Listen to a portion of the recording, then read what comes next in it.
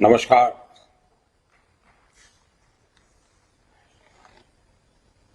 Bharatiya Janata party की राष्ट्रीय पदाधिकारी बैठक में उपस्थित भारतीय जनता पार्टी के सभी साथियों, देश भर से हमारे साथ जुड़े हमारे सभी सहयोगी,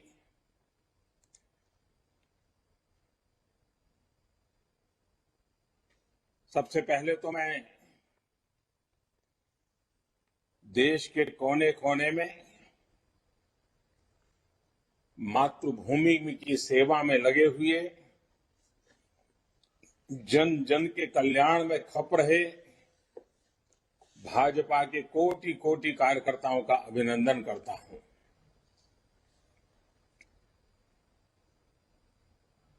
जनसंघ से लेकर के जो हमारी यात्रा शुरू हुई है और आज जो भारतीय जनता पार्टी के रूप में फली फूली, इस पार्टी के स्वरूप को, उसके स्वरूप को, उसके विस्तार को देखते हैं तो गर्व तो होता ही है, लेकिन इसके निर्माण में खुद को खपाने वाले पार्टी के सभी मनुष्यों, सभी विभूतियों, उन सबको मैं आज नमन करता हूं। साथियों, हम राजस्थान की धरती पर हैं। मुझे भी आप सबके बीच में रह करके इस कार्यक्रम में शरीक होने का अवसर मिला होता तो मेरे लिए भी वो प्रेरणा का कारण बनता, ऊर्जा का स्रोत मिलता, क्योंकि जब भी मैं कार्यकर्ताओं से मिला हूं, कार्यकर्ता छोटा हो बड़ा हो, बहुत कुछ जानने को मिलता है, बहुत कुछ बातों के अनेक पहलू समझने को मिलते हैं। कार्यकर्ता के द्वारा जो इंफॉर्मेशन आती है वो बहुत सटीक इंफॉर्मेशन आती है, और जब मिलते हैं तो खुले मन से काफी कुछ बातें भी होती हैं। तो मेरे मन में तो कसक रह जाएगी कि मैं नहीं पहुंच पाया, लेकिन वर्चुअली आप सबके दर्शन कर रहा हूं, आपसे बात कर रहा हूं। साथियों, राजस्थान की धरती पर है तब हम सबको श्रद्धेय सुंदर सिंह जी भंडारी की याद आना बहुत स्वाभाविक है। आज ये वर्ष श्रद्धेय सुंदर सिंह भंडारी जी की जन्म शताब्दी का भी वर्ष है। हम सब ऐसे प्रेरणा पुरुष का हृदय से अभिवादन करते हैं, प्रणाम करते हैं। साथियों, राजस्थान की धरती, राजस्थान की बात हो, राजस्थान भारतीय जनता पार्टी की विकास यात्रा की चर्चा हो, तो मैं इस बात को गर्व से कह सकता हूं कि मुझे ऐसे ऐसे दिग्गजों के साथ काम करने का मौका मिला, ऐसे ऐसे दिग्गजों की उंगली पकड़ करके चलने का सौभाग्य मिला, और उन सबका स्मरण आना बहुत स्वाभाविक है। स्वर्गीय भैरव सिंह शेखावत की बात हो, आदरणीय जगदीश प्रसाद माथुर जी का स्मरण आना, भानु कुमार शास्त्री जी, हमारे रघुवीर सिंह कौशल जी, हमारे भंवरलाल शर्मा जी, हमारे गंगाराम कोहली जी, अनगिनत नाम, ऐसे सभी वरिष्ठ जनों की उंगली पकड़ करके चलने का मुझे सौभाग्य मिला है। ये सारे वो लोग हैं जिन्होंने पार्टी को दिशा दिखाई, पार्टी के लिए अपना पूरा जीवन खपा दिया।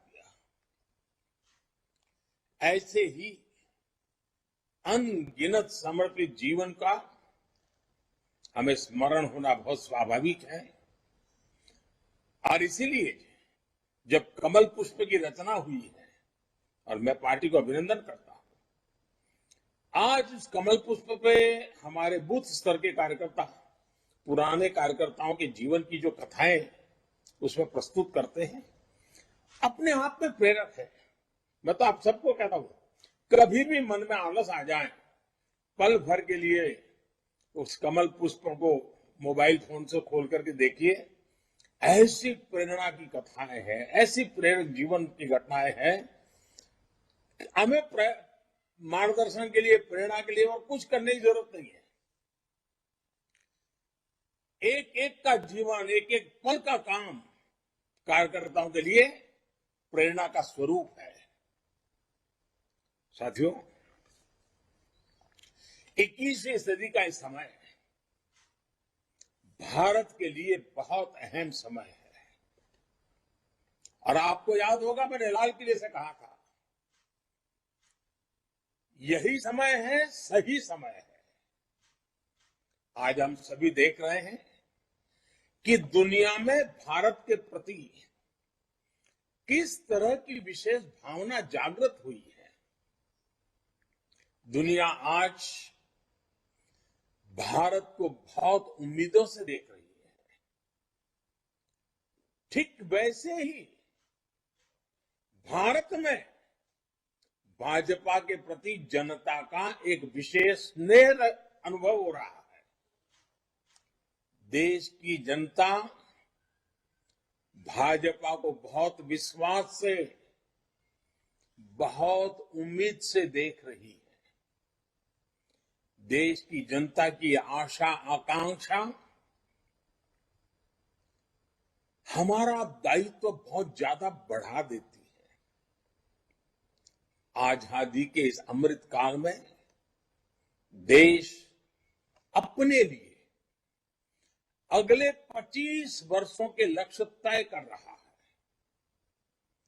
भाजपा के लिए ये समय है अगले 25 वर्षों के लक्ष्य तय करने का,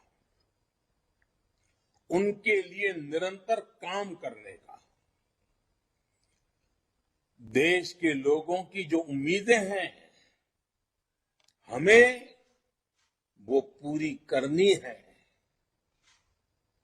देश के सामने जो चुनौतियां हैं, हमें देश के लोगों के साथ मिलकर हर चुनौतियों को पार करना है, परास्त करना है और विजय के संकल्प के साथ आगे बढ़ना है।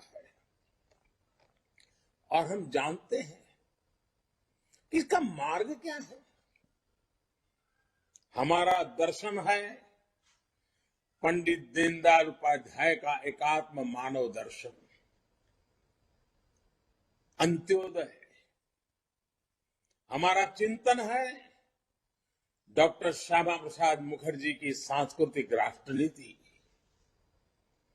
हमारा मंत्र है सबका साथ, सबका विकास, सबका विश्वास और सबका प्रयास। साथियों, मैं एक अलग तरीके से बात आपको बताना चाहता हूं। अब मान लीजिए, कल्पना कीजिए, किसी गंभीर बीमारी से पीड़ित व्यक्ति जब लंबे उपचार के बाद भी ठीक नहीं होता, तो बीमारी को ही अपनी नियति मान लेता है। वो बीमारी से बनी उन परिस्थितियों को स्वीकार कर लेता है, उसमें जीना सीख लेता है। वो सोचता है कि किसी भी तरह चलो भाई दिन कट जाए। व्यक्ति के जीवन में ऐसा होता है ना, कभी कभी राष्ट्र के जीवन में भी ऐसा होता है। हमारे देश में भी एक लंबा कालखंड ऐसा रहा जब लोगों की सोच मजबूरन ऐसी हो गई थी कि बस और कोई सहारा नहीं है, अब तो इसी में गुजारा करना है। बस किसी तरह बस समय निकल जाए, जिंदगी गुजर जाए। ना सरकारों से उनको कोई अपेक्षा बची थी और नहीं सरकार भी उनके प्रति कोई अपनी जवाबदेही है वो समझने की स्थिति में थी। साथियों, देश की जनता ने 2014 में एक नया इतिहास लिखने का फैसला कर लिया। फैसला जनता का था। 2014 के बाद भाजपा देश को इस सोच से बाहर निकल करके लाई है।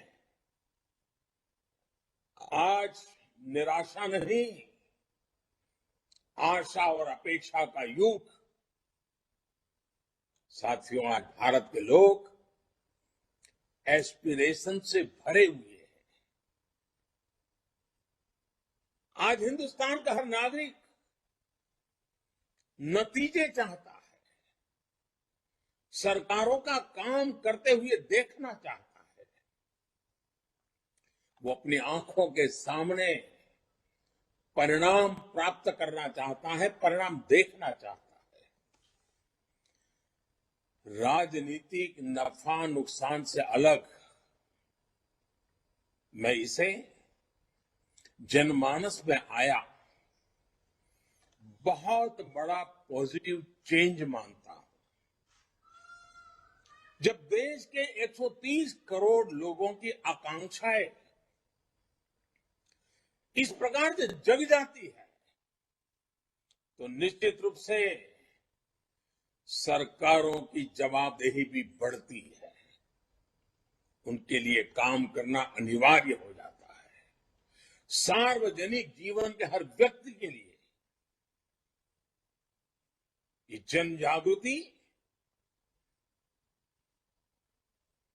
अनिवार्य रूप से काम करने के लिए प्रेरित भी करती है, दबाव भी बनाती है। और इसलिए देश के लोगों की बढ़ती हुई एस्पिरेशंस में मैं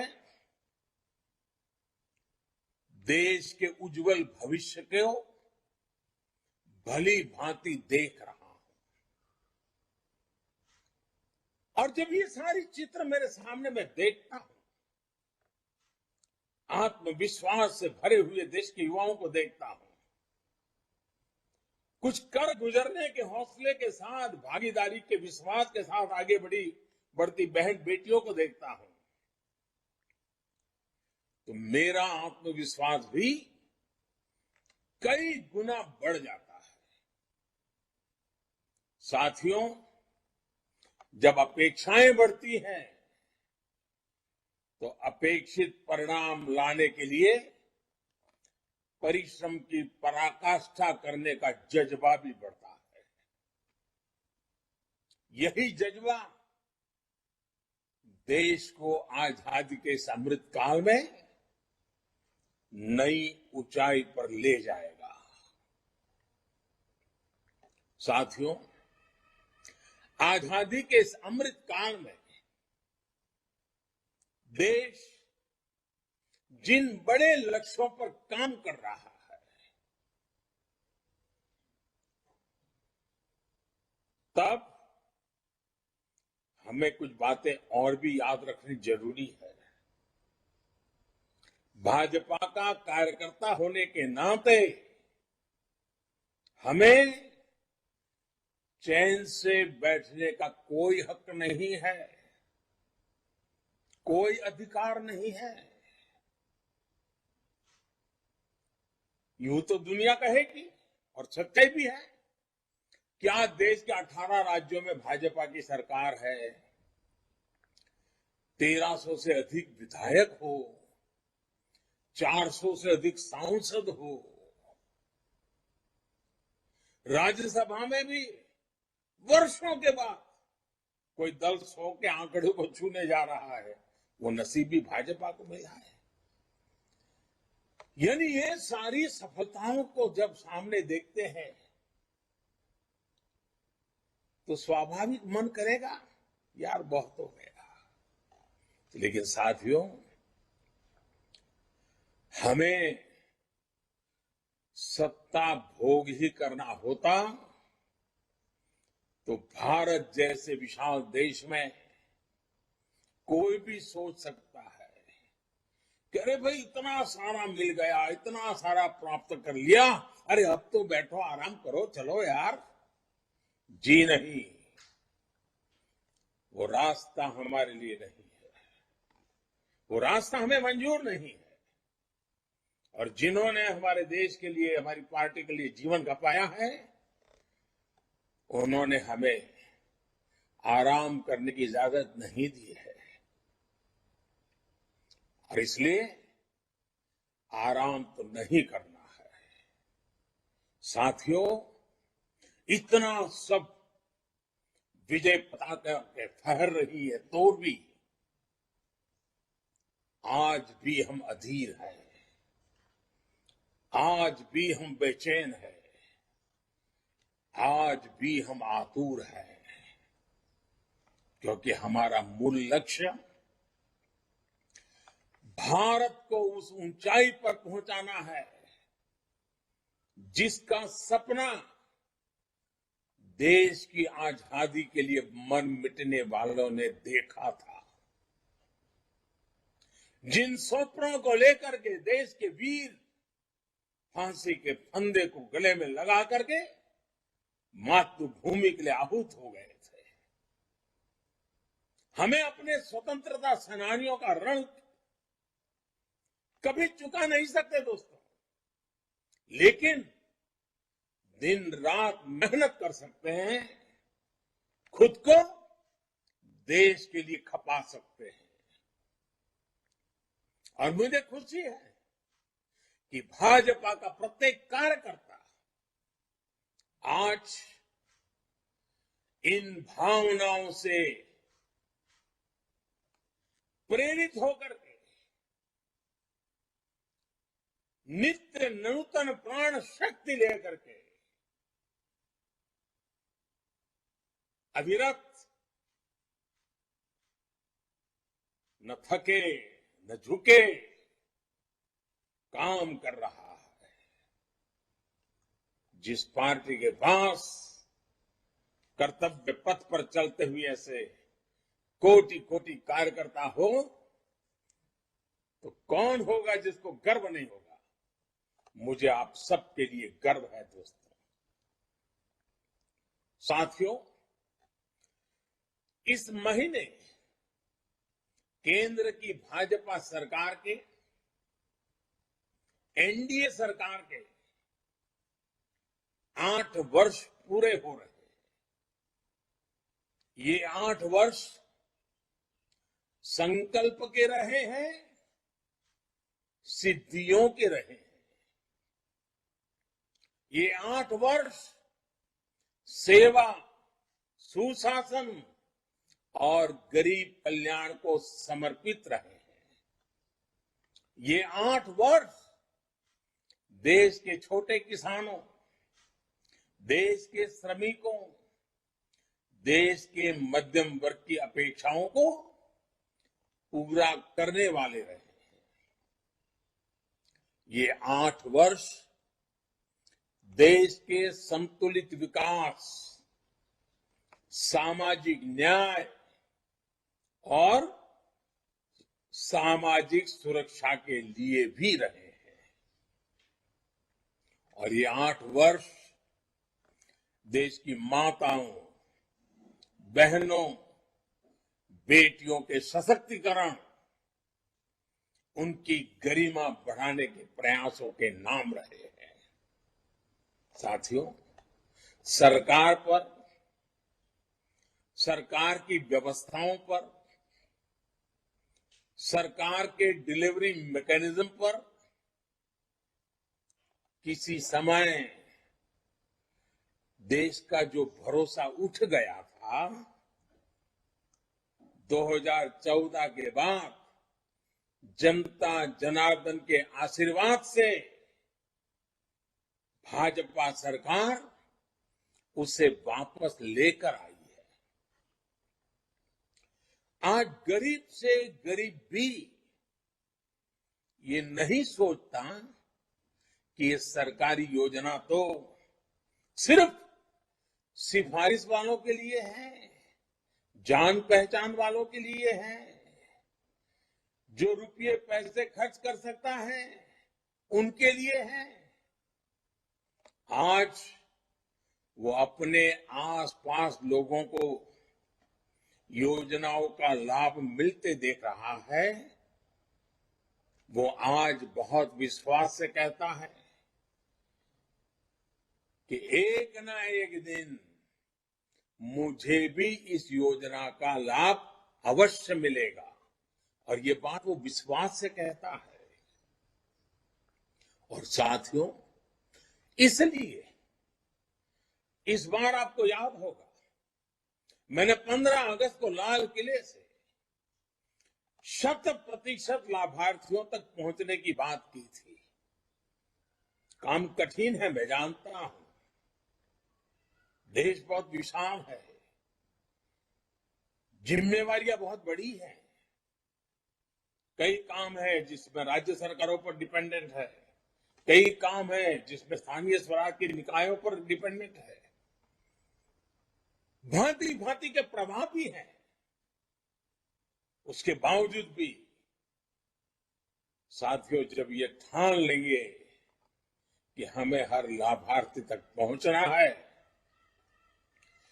एक भी व्यक्ति के छूटने की गुंजाइश को समाप्त कर देना है, तो तय लक्ष्य तक जरूर पहुंचेंगे। और इसके लिए मैं लगातार एक बात सरकारी अधिकारियों से, अन्य राज्य सरकारों से करता रहता हूं, सैचुरेशन की बात करता हूं। सैचुरेशन का ये सिर्फ पूर्णता का एक आंकड़ा भर नहीं है, लेकिन जब हम सैचुरेशन की बात करते हैं, सैचुरेशन पर बल देते हैं, तो ये भेदभाव, भाई भतीजावाद, तुष्टीकरण, भ्रष्टाचार के चंगुल से देश को बाहर निकालने का माध्यम है। भारत के सामान्य नागरिक को सरकारी दफ्तरों के चक्कर से मुक्ति दिलाने का जो अभियान बीते 8 साल से देश में चल रहा है,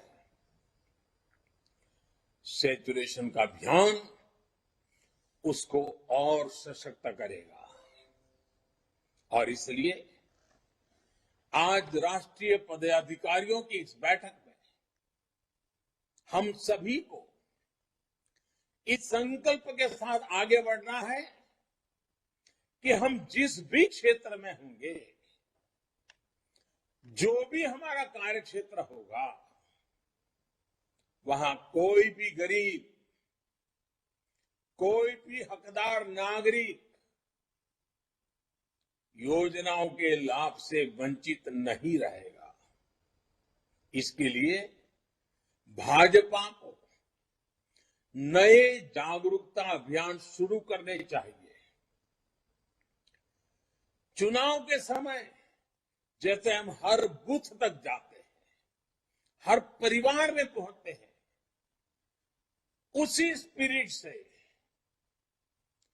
घर घर जाना है, एक एक नागरिक तक जाना है। हर घर भाजपा, हर गरीब का कल्याण, हमें इसी भावना के साथ लगातार काम करना होगा। आप में से बहुत सारे लोग जानते होंगे, और खास करके जब राजस्थान में आप बैठे हैं तो शायद वहां भी कोई ये कहावत जरूर आपके कान पर पड़ेगी। राजस्थान में अक्सर एक कहावत कही जाती है, अम्बर को तारो हाथ से कोनी टूटे, यानी आसमान का तारा हाथ से नहीं टूटता है।